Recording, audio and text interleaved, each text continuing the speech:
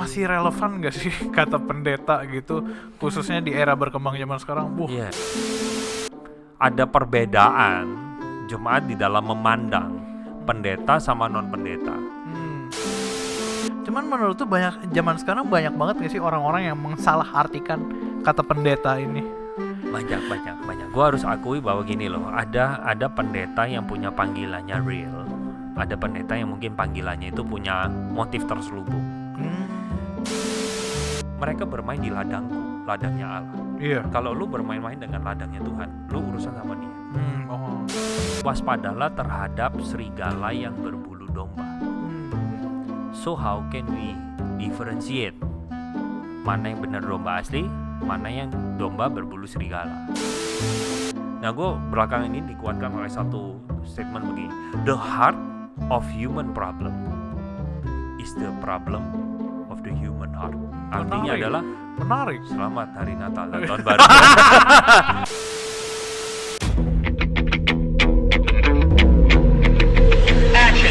Teman-teman semua, welcome to the special edition of Hello God on Topic Hot bareng gue Julius. Dan kali ini tidak seperti Hot yang biasanya kita kedatangan seorang guest star.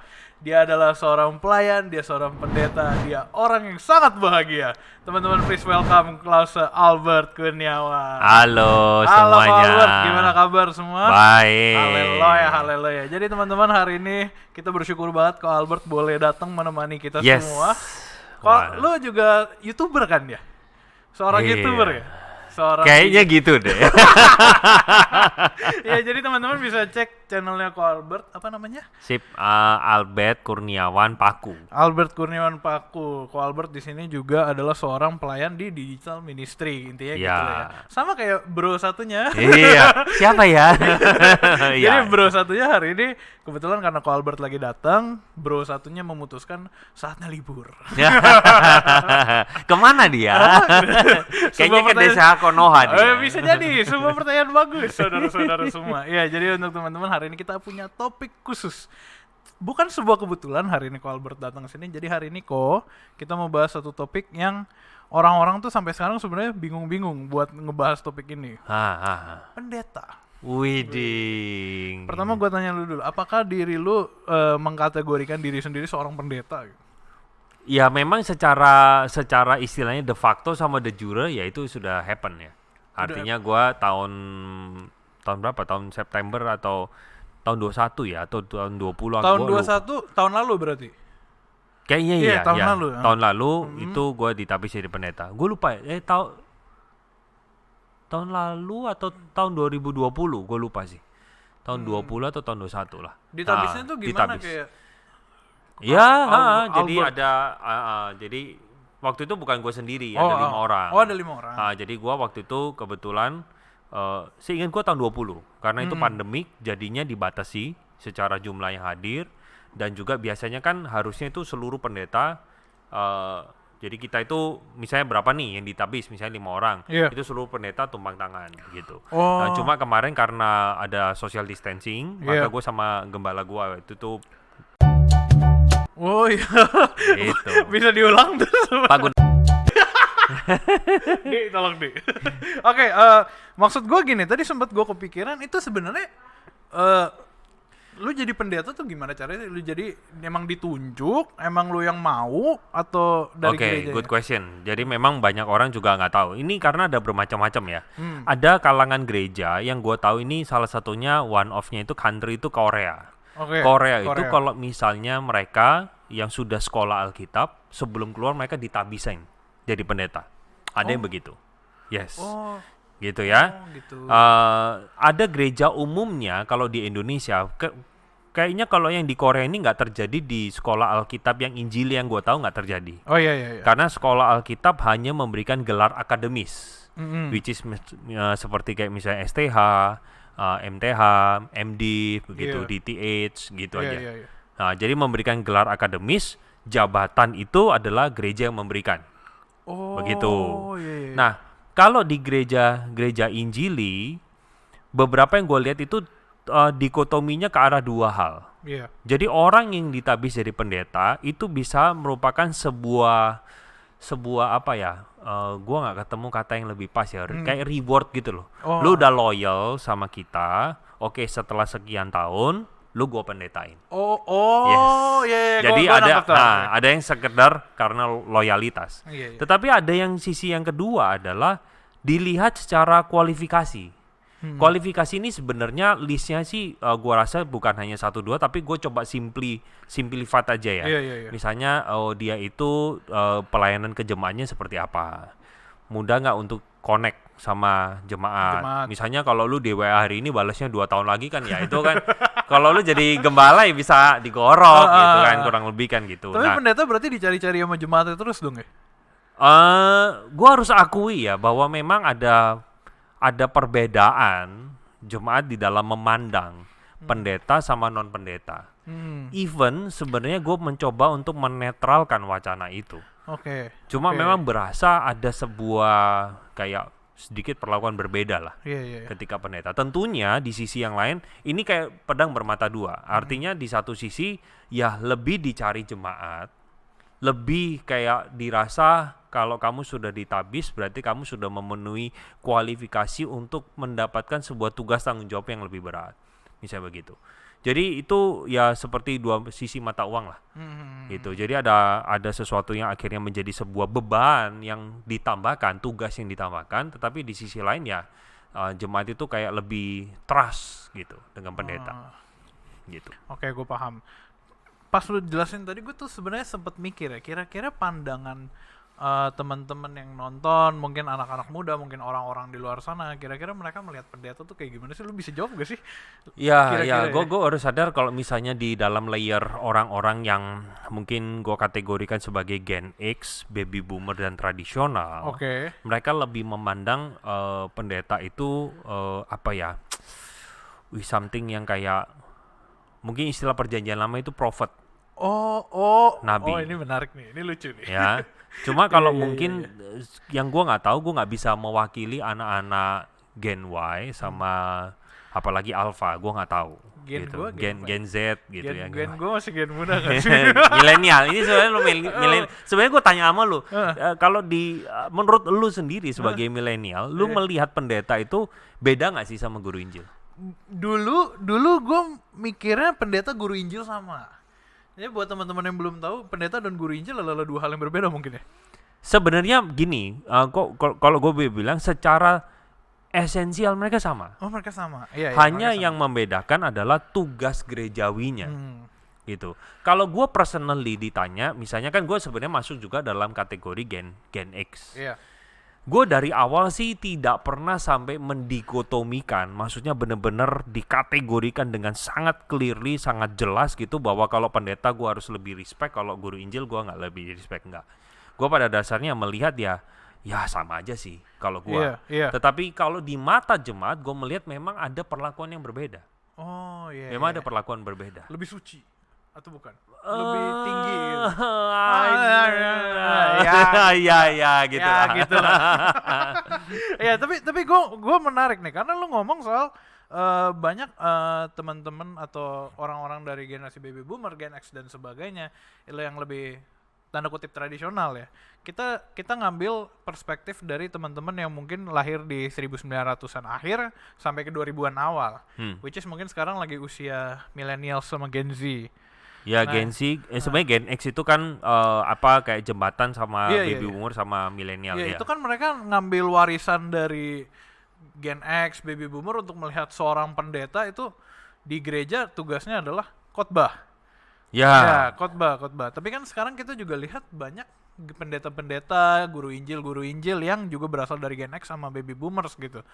Nah, sebenarnya menurut gua atau pertanyaan gua lebih tepatnya kayak masih relevan gak sih kata pendeta gitu, khususnya di era berkembang zaman sekarang? Bahaya tuh pertanyaan gue tuh. Nah, gini ya, memang kata pendeta itu lebih dikenalnya di kalangan mungkin Injili kalau gue bilang ya. Tapi bukan berarti karismatik nggak pakai pendeta, pakai. Tapi mereka biasanya menggunakan kata pastor. Nah, memang kalau gue melihat dulu itu, sekali lagi gue nggak pernah meneliti, bukan lewat akademis baca buku juga, tetapi Seingat gua dulu seorang pastor, yaitu pastor kan ya, Iya, pastor. itu Katolik. Oh, Gitu. Katolik tidak pernah dipanggilnya pendeta. Setahu gua loh ya, pastor. Tapi kan in English sama pastor. Nah, cuma akhirnya kata pastor itu ya nanti teman-teman boleh silakan lah ya cari, tulis di dalam kolom komen gitu, mungkin pernah meneliti. Setahu gua kok diperkenalkan lebih banyak oleh kaum karismatik ya. Karena mereka menyebut youth pastor gitu. Di kita apa? Youth pendeta muda. Kita kalau di kita itu guru Injil kan. Oh, Sebenarnya iya. pendeta muda itu adalah guru Injil atau penginjil. Iya, Beberapa benar, makanya kayak misalnya pakai GI.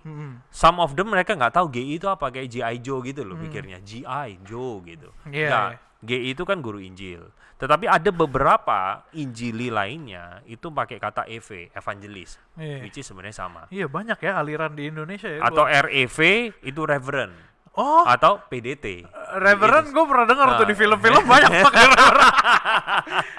Tapi gara-gara lu ngomong gue tuh jadi bingung ya. Kok banyak banget ya aliran-aliran. Iya. Kenapa mereka semua tidak disebut rasul saja? kan Lain bener lah. kan sama-sama melayani Tuhan Gini, Yesus. kalau nah ini good question ya. Maksudnya kenapa zaman sekarang tidak ada rasul? Karena rasul itu pembedanya dengan pendeta adalah rasul ini adalah orang pertama, layer pertama yang berjumpa langsung dengan Yesus. Jadi mereka yang jadi murid Yesus dan memang langsung diajar langsung oleh Yesus itu disebut sebagai rasul. Makanya kita lihat ya, semua itu angkatan pertama. Petrus, Yohanes, Yakobus, First begitu generation. ya. Ada first generation, benar. Nah, mungkin orang-orang seperti Paulus itu akan agak belakangan karena dia tidak berjumpa Yesus secara langsung. Maksudnya langsung itu adalah fisik to fisik, body to body. Dia hanya berjumpa Yesus melewat sebuah suara dan juga dia dapat sinar. Kan begitu. Experience gitu with God. Nah, jadi itulah yang membedakan rasul dengan non-rasul. Makanya gue percaya zaman sekarang kalau ada orang ngomong, gue ini the second Paul, second apostle Paul gitu ya, gue rasul kedua Paulus gitu, gue kayak Paulus kedua, ya nggak usah percaya lah. Oh iya, gue Gitu. pernah turun ke surga, Naik ke neraka berarti lu ya. sorry, gue naik ke surga pulang lagi ke Indonesia gitu. Jadi jangan dipercaya gitu. Aduh nggak enak sama orang ya. Iya. Balik lagi ya. Berarti sampai sekarang gue boleh bilang nggak sih? Gue bisa bilang nggak sih kalau pendeta tuh hingga hari ini itu adalah sebuah profesi? Oke, good question ya. Jadi kalau bagi gue sih dikotominya maksudnya as a profession, yes. Iya. Tapi tentunya tidak hanya sekedar just only profession, tapi calling juga. Itu penting di dalam calling begitu. Nah, ada orang yang hanya menjalankan sekedar profesi. Nah, cuma kalau dalam pengalaman gua pendeta itu kan sebenarnya secara pelayanan dia lifetime ya. Lifetime artinya nggak bisa begini nih. Yaudah, gua udah nggak kantor, lu nggak usah kontak gua. Nah, kalau lu misalnya kerja kantoran nih, lu bagian misalnya auditor atau lu bagian keuangan, begitu lu pulang kantor, lu berhak untuk nutup handphone. Lu berhak untuk tidak mengangkat telepon karena jam kerja udah selesai, gitu. ya. Sementara pendeta kan enggak ya.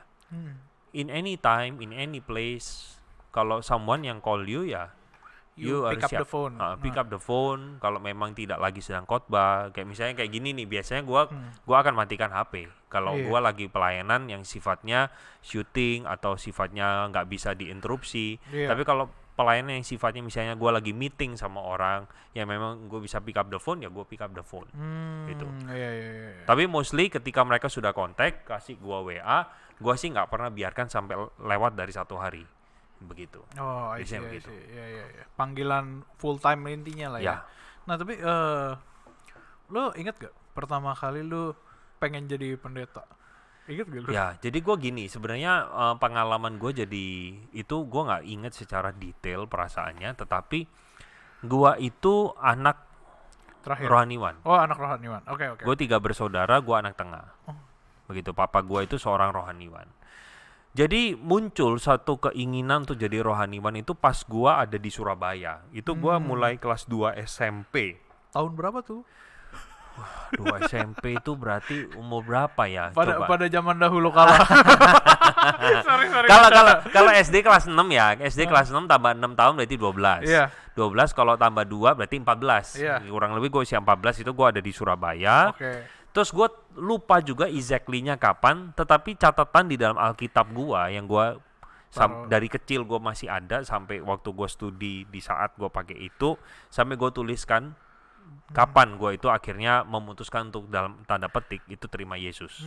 Itu di tanggal 24 Desember tahun 2000. Wah, berarti kalau gue lahir tahun 84 berarti itu di usia 16 tahun. Nah, di sanalah itu gue menganggap di sanalah panggilan Tuhan itu sebenarnya muncul. Diawali dengan nggak ada peristiwa yang spektakuler, fenomenal, sama sekali tidak ada. Nggak ada mimpi ketemu Yesus lah, nggak. Jadi as a simple ini aja event di mana ada KKR, siapa yang mau terima Yesus, gua angkat tangan. Siapa yang mau memperbarui komitmen, gua angkat tangan. Dan at the end di calling yang ketiga, siapa yang mau untuk menyerahkan diri menjadi rohaniwan full timer dan meninggalkan life, everything, your dream, your apa segalanya gitu untuk mau sekolah. Nah, di saat itu yang gue ingat cuma satu hal, gue tahu dosa gue besar. Gue tahu kasih Yesus kepada gue sangat besar, dan gue nggak tahu harus bayar dia, dan gue tahu dengan hidup gue pun gue nggak sanggup untuk membayar kasihnya. Maka dari itu gue bilang cuma waktu itu doa sama Tuhan, Tuhan inilah hidupku. Kalau Tuhan mau pakai silakan pakai, tapi kalau Tuhan nggak mau ya nggak apa-apa, tolong tuntun jalanku. As simple as that. Itu tahun 2000. Tahun 2000. As simple as lu ikut KKR, ditanya lu mau terima Yesus, mau ikut Yesus, mau melayani Yesus atau enggak. Sederhana sekali ya. Sederhana sekali. Sebenarnya sesederhana itu untuk lu kalau mau jadi seorang hamba Tuhan. Cukup. Cuma memang kalau nanti ditanya setiap rohaniwan punya background callingnya, gue rasa akan lain. Mungkin ada yang lewat song, mungkin ada yang lewat realize, dia contemplate gitu, dia akhirnya menyadari Tuhan itu baik. Tetapi sejak itu tahun 2000 itu gue mulai gumulin juga terus. Bukan berarti setelah gue calling angkat tangan itu adalah poin finishnya, bukan. Tapi di saat itulah gue terus bergumul. Nah, kalau gue misalnya di sana tahun 2000 itu berarti kan gue usia 16. Berarti 2 tahun lagi kan gue lulus. Gue lulus SMA. Gue di sana juga berpikir, apakah gue harus masuk sekolah STT atau tidak? Nah, gue menggumulkan itu. Nah, ketika menggumulkan itu, gue tentunya berdoa, tapi juga gue tanya sama hamba Tuhan lokal gue. Gue masuk apa enggak ya? Perlu langsung masuk atau sekolah dulu yang lain? Nah, menariknya mereka beberapa menawarkan untuk, bahkan tidak ada yang suruh gue langsung masuk. Lebih baik lu ambil dulu sekolah sekuler. Dalam artian duniawi dulu aja. Enggak lah, jangan sebut duniawi ya. Jadi lu kuliah aja dulu yang lain. Nah, terus gue mulai untuk memberikan list. Apa ya, gue itu suka apa ya, gue arsitek nggak bisa, ya gue nggak bisa gambar, sipil gue fisikanya ngaco, kan gitu. Gue cuma mikir gini, Tuhan, gue pingin rindu untuk melayani. Bidang kuliah apa yang paling ngena? Akhirnya bukan. Pertama itu gue pilihnya di waktu itu di Universitas Petra. Gue ambil informatika. Which is sebenarnya nggak ada hubungan ya sama hamba Tuhan kan? Nggak diterima. Karena kalkulus, bos. Gue aljabar, algoritma, gue nggak ngerti. Sorry nih gue ketawain, cuma kenapa gara-gara lu cerita itu jadi agak lucu. Terus akhirnya? Nah, gue angkat tangan, abis itu akhirnya di Petra itu gue cuma diterima Mandarin, dan itu pun mereka buka subjek pertama kali. Ya, jadi mereka butuh orang gitu kan. Terus gue rasa, gila kayaknya kok Mandarin tuh nggak banget deh. Ya gila, papa mama gue pintar terjemah. Mereka ngerti Mandarin tapi anaknya mualasnya bukan. Gua ngerti. Terus langsung abis itu gue silang, nggak deh. Terus gue akhirnya istilahnya ngajuin juga satu, apa sih ya kalau itu? Apa tuh? Kalau kerja lamaran, kalau mau CV, daftar CV, kuliah, CV. bukan. Kalau mau kuliah tuh ya kasih masuk lah, register lah, form register gitu kan. Gue akhirnya daftar juga lagi komputer. Dan tapi yang kedua psikologi. Oh menarik nih. Psikologi nah, keterima? Psikologi. Nah, dua-duanya keterima. Nah, terus akhirnya membuat gue mengeliminasi komputer adalah gue tahu gue ujungnya kan ke teologi ya. Maybe psikologi there is a correlation gitu. Akhirnya gue putuskan tanpa pikir panjang udah psikologi aja. Nah selama gue kuliah psikologi kan 8 semester tuh 4 tahun. Gue jujur 3 tahun pertama, artinya 6 semester pertama itu gue nggak gumulin lagi panggilan. Gue just only gue tahu kok gue harus finish ini psikologi. Dan di sisa mulai semester 7 baru gue, Tuhan ini udah tinggal setahun nih. Ini gimana nih? Lu mau pakai gue nggak? Gitu. Gitu. Tapi yang gue tahu ya gue harus finish ini. Emang gitu. budaya Indonesia tuh gitu ya. Iya. Udah mepet baru gitu. Terus, Tapi menarik sebenarnya itu adalah satu pengalaman journey yang Tuhan izinkan terjadi. Jadi gue waktu itu kebetulan yang skripsi gue dosen pembimbingnya itu ada 2. Satunya itu beragama Islam. Satunya lagi pluralis. Apa tuh? Every religion diterima sama dia. Apa tuh sebutannya? Pluralis. Oh, bukan agnostik ya? Bukan, agnostik kan percaya enggak. ada Tuhan, Tapi nggak peduli yang mana. Kita nggak bisa tahu yang mana gitu ya. Dia pluralis. Sehingga dia menawarkan kepada gue, lu ngapain sih harus jadi Kristen? Kayak gue dong enak. Kalau Lebaran ngerayain, kalau Natal ngerayain. Benar. 2 hari besar, agama besar ini terjadi gitu. Berkat lu makin melimpah. Haleluya gitu. itu. Haleluya. Nah, satu kali begini loh kisahnya itu di waktu sudah semester 8, berarti itu kan udah mulai sejak Januari sampai Juni. Wah, waktu itu STT yang gue daftar itu mulai buka pendaftaran itu adalah di Februari. Gue ingat tuh sampai sekarang juga masih. Masih ya. Tapi dulu Februari gelombang pertama, kalau nggak salah sekarang gelombang kedua kalau nggak salah. Ya. Nah, gelombang pertama itu gue diterima. Cuma kuliah gua atau skripsi gua itu muter terus dari bab 1, bab 2, bab 3 balik bab 1. Bab 1, bab 2 balik bab 1. Berarti lu banyak ganti judul nih. Enggak, gua enggak ganti judul. Tapi dosennya maunya begitu. Jadi lu maju mundur tidak ada progres. Nah, menariknya ketika sudah diterima, gua kan ngomong sama dosen gua, gua mau ini dong, Bu, boleh nggak segera untuk dirampungkan? Karena saya mau sekolah Alkitab. Gua dapat jawaban yang kaget. Shock terapi banget. Dia ngomong gini, kamu jangan desak saya. Kalau kamu desak saya, silakan cari dosen lain. Buset, emang dosen. Itu sudah Maret. Itu sudah Maret. Sidang Juni. Sidang Juni. Batas pengumpulan akhir itu di Agustus. Tapi Juni harus masuk saat. Jadi lu kebayang kan? Itu berpacu dalam melodi. Gitu ya. Nah, akhirnya lebih parah lagi kondisinya, gue juga berdoa, Tuhan tolong dong Tuhan. Kondisi itu diperparah dengan dosen pertama gue yang adalah memang yang menguasai topik itu, yang juga sebenarnya rese. Dia sekolah S2 ke Belanda. Berarti lu nggak bisa bimbingan lagi dengan nih orang? Nggak bisa langsung. Dia cuma langsung kasih ultimatum gini.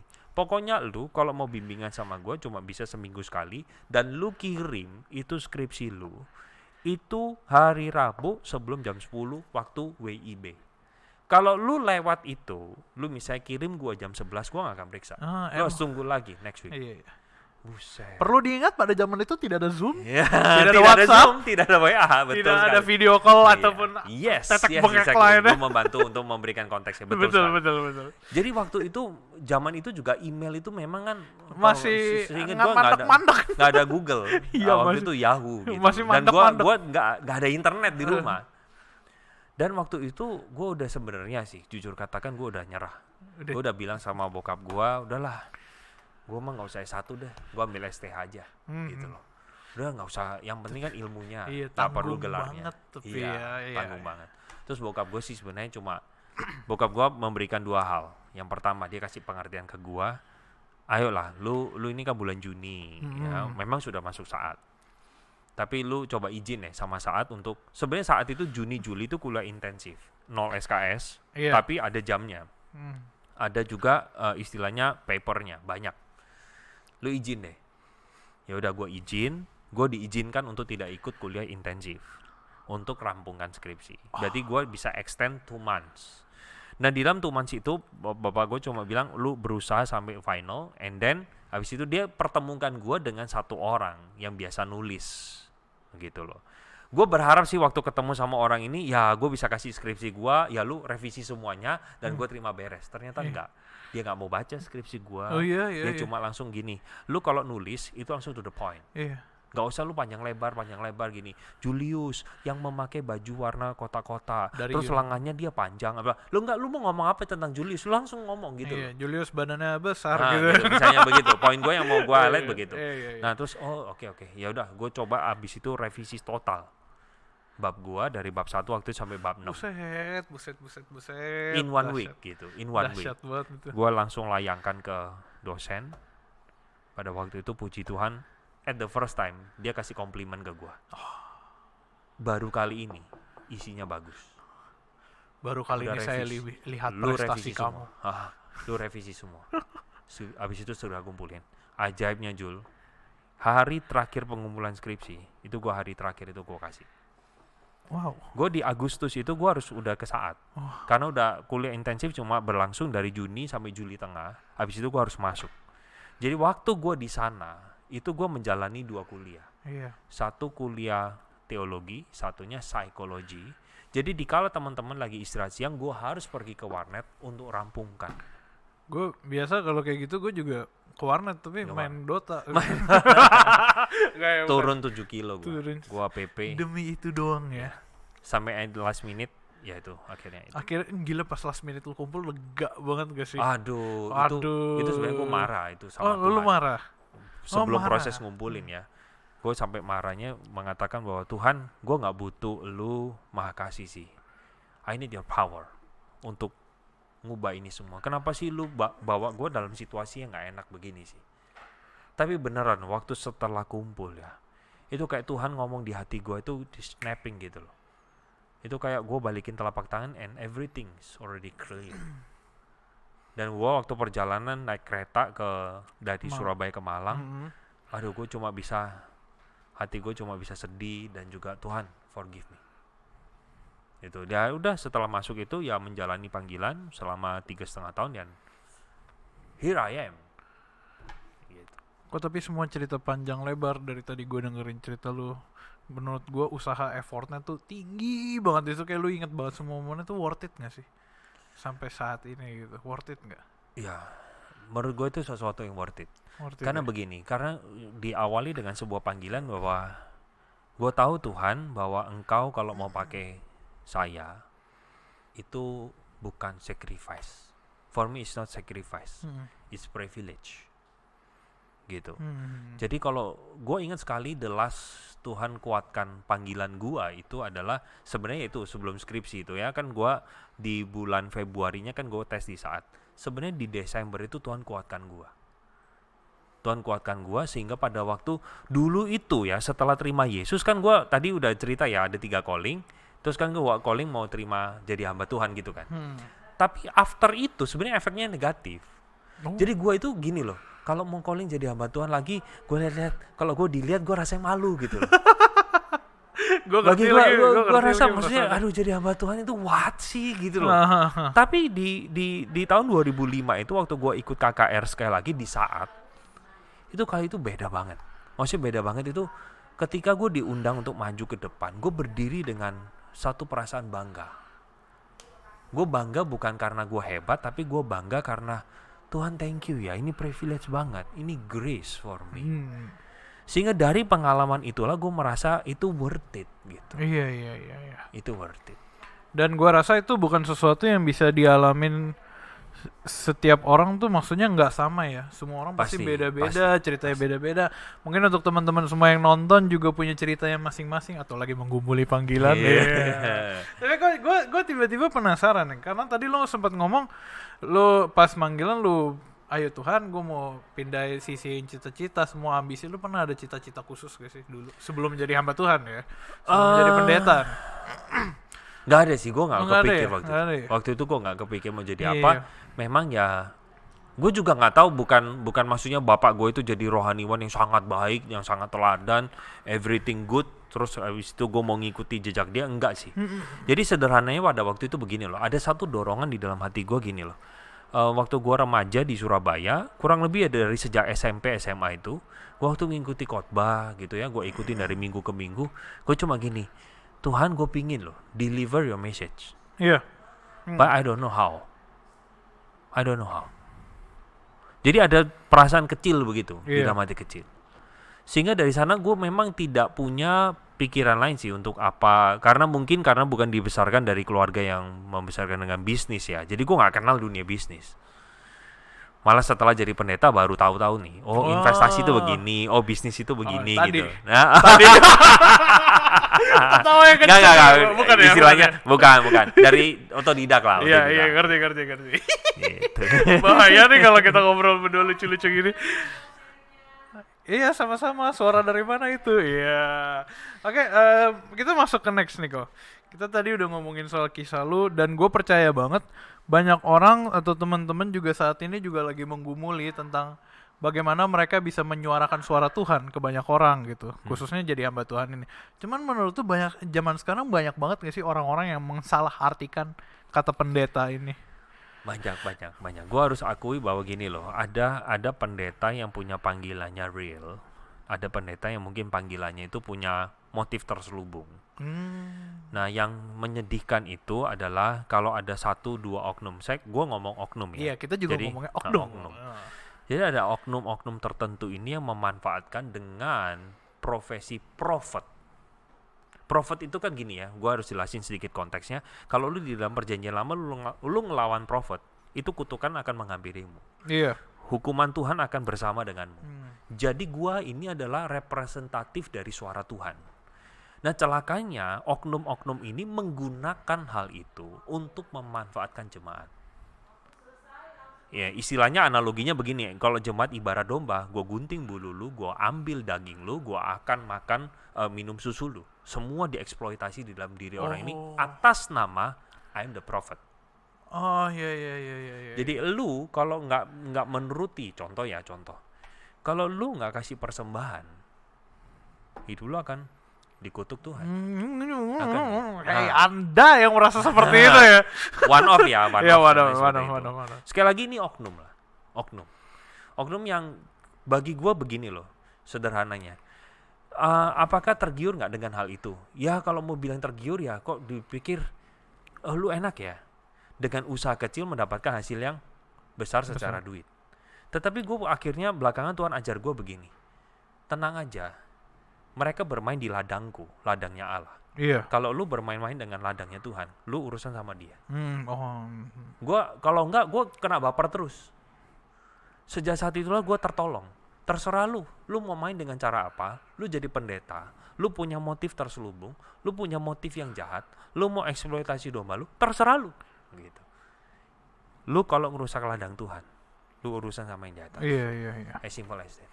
Karena kita pernah bahas gue sama Ko Andre tentang kasus pendeta yang baru-baru ini itu, terus kasus pendeta-pendeta lain, terus gue ngerasa kayak kok zaman sekarang banyak banget pendeta atau hamba Tuhan yang di berita lokal kita deh kok di Indonesia banyak banget gue lihat berita-berita pendeta, nama pendeta tuh keluar, pendeta ini sorry nih teman-teman semua mengeksploitasi anak perempuannya untuk ini, bilang katanya kalau Anda tidak mencium bibir saya tidak akan merasakan kasih Kristus atau gimana. Gue denger itu gue gedek sendiri loh. Gue bukan hamba Tuhan, gue nggak baperan, tapi begitu gue denger gue gedek sendiri, gue kayak kesel banget. Banyak banget tuh berita-berita tentang itu, makanya gue merasa itu mungkin jadi salah satu faktor kenapa orang-orang zaman sekarang nggak percaya dengan nama pendeta lagi.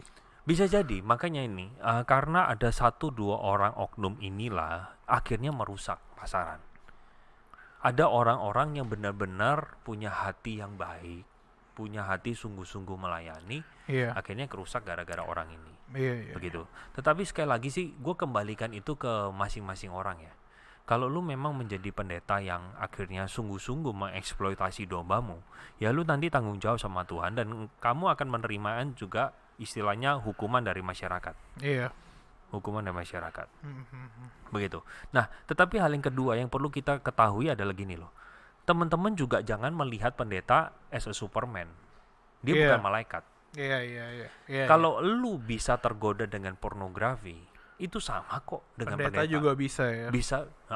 Cuma bedanya lu tidak punya spotlight yang sebanyak pendeta. Iya. Nah, sehingga begini loh. Kalau ada sampai pendeta yang mengeksploitasi wanita lah, atau dia juga melakukan homoseksual, bagi gue sih gini loh, kita nggak usah judgement satu arah ke orang itu. Tetapi coba kita berpikir, apakah kita selama ini sudah menjadi supporting system buat pendeta itu nggak? Oke. Iya. Kita pernah doain nggak? Iya. Gitu loh. Jadi itu kengerian dosa sih. Jadi Kengerian dosa dari itu, dosa. menurut gua dosa itu membuat orang berpotensi melakukan hal yang sejahat-jahatnya dan seburuk-buruknya. Makanya that's why kita perlu kontrol hati ini. Nah, gue belakangan ini dikuatkan oleh satu statement begini. The heart of human problem is the problem of the human heart. Artinya adalah menarik. Selamat Hari Natal dan Tahun Baru. Ya, Ini kan ada mau Natal.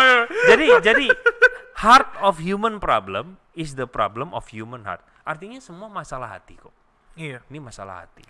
Gitu. Kalau hati kita memang pada akhirnya terlalu dikontrol sama dosa, ya akan menyeretmu kepada hal-hal yang seperti itu. Iya, ketika ada kesempatan gitu lah ya. Yes. Terakhir nih kok, gue melihat jam pasir ini, apakah kalau pasir ini jatuh berarti dunia hancur? Nggak penting. Terakhir kok, dari tadi teman-teman udah dengerin banyak ya, dari kisah lu, dari bagaimana kenapa banyak oknum yang ada, pendeta yang benar, pendeta yang seharusnya pendeta, kenapa mereka bisa menamakan diri pendeta, itu yang benar tuh, itu gimana sih? Oke, good question. Yeah, last question. Dalam Yohanes 7, itu Yesus itu memberitahu kepada pendengarnya yang khotbah di bukit ya. One of the good preaching gitu ya. Dia mengatakan gini, waspadalah terhadap serigala yang berbulu domba. So how can we differentiate mana yang benar domba asli, mana yang domba berbulu serigala? Tuhan Yesus mengatakan ini, dari buahnya lah kamu tahu pohonnya. Nah, sekarang begini loh, bagaimana pertanyaannya kita tahu buah? Buah itu apa? Nah, gue mengartikan begini, buah itu kita bisa bicara dari hatinya, dan juga bisa kita lihat dari tujuan hidupnya, dan juga pengajarannya. 3 hal ini. Nah, untuk menguji ketiga hal ini, yang paling gampang ajaran. Oh ya. Paling gampang. Sesuai dengan firman Tuhan atau enggak? Yes, gitu. Tentunya untuk menguji ketiga hal ini, lu butuh waktu. Iya. Nah, gue juga nggak setuju di sisi lain ada pendeta yang dengan mudah langsung menuding, wah lu pendeta sesat lu gini. Gitu. Misalnya, jangan begitu. Tapi lu harus misalnya, gue sih biasa bilang gini loh, lu paling nggak dengerin dia 12 kali lah dia berkhotbah. Paling nggak lu bisa ketemu nafasnya dia, teachingnya dia, itu tentang apa. Nah, karena dari sana itu bisa jadi kelihatan nih tujuan dan motif. Kalau tujuannya misalnya UUD, nah tuh kan persembahan lagi, persembahan lagi nih gitu misalnya. Nah, itu lo akan dari ajaran lo akan ke bawah ke bawah apa tujuannya dia. Iya. Lo bisa lihat dari sana, lo juga belajar untuk kenal hatinya. Nah, untuk mengenal tujuan dan hati ini bukan PR yang ngomong 1-2 bulan maka lo tahu. Bisa 1-2 tahun ya? Iya, lebih bahkan. Oke. Begitu. Dari sanalah dirimu akan bisa membedakan dia serigala berbulu domba atau domba berbulu domba. Salah ya. Atau domba beneran. Oh iya, domba beneran ya. Shaun the Sheep. Iya ya. Walaupun banyak berita atau gimana-gimana, tetap masih ada orang-orang baik, masih ada orang-orang yang mau dengan sejatinya melayani Tuhan, masih ada Ko Albert Kurniawan. Enggak. Haleluya, saudara-saudara. Oke lah kalau gitu kayak kita wrap up this ya. Kita udah cukup panjang dan teman-teman, gue berharap apa yang Ko Albert ngomongin dari tadi bisa menjadi berkat untuk teman-teman semua. Thank you banget nih Ko Albert udah datang nih di momen spesial saat ini. Di saat bro kita tidak hadir. Dia lagi menimba ilmu di Konoha. Lucu banget. Teman-teman semua yang nonton jangan lupa untuk follow sosial media kita di Hello God, ada di Instagram, TikTok, juga teman-teman bisa dengerin Noise dan Spotify. Video ini ada di YouTube, nanti Anda repost ya. Jangan lupa juga download aplikasi Hello God di Android dan Play Store. Oke teman-teman, thank you untuk Albert, thank you untuk teman-teman semua for watching Hello God on Topic, where Hello God will always be on topic. God bless you teman-teman semua. Stay connected with Hello God.